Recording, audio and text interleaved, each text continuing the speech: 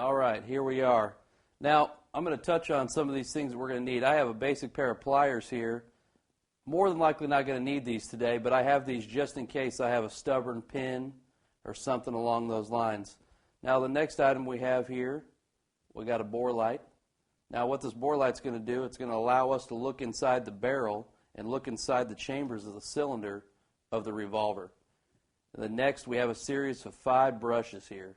Now, these brushes, I just have them here to be able to clean the inside of the action of the cylinder inside the frame of the Blackhawk. I got a little light brass brush here.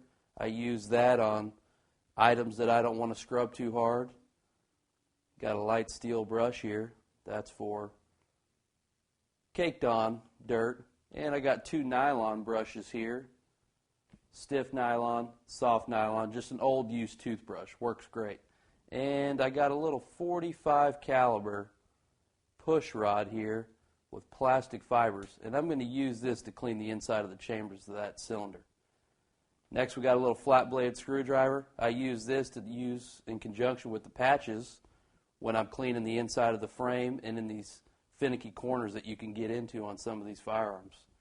Q-tips, same thing. I use these for wipe down, cleaning small areas. We have our oil rag.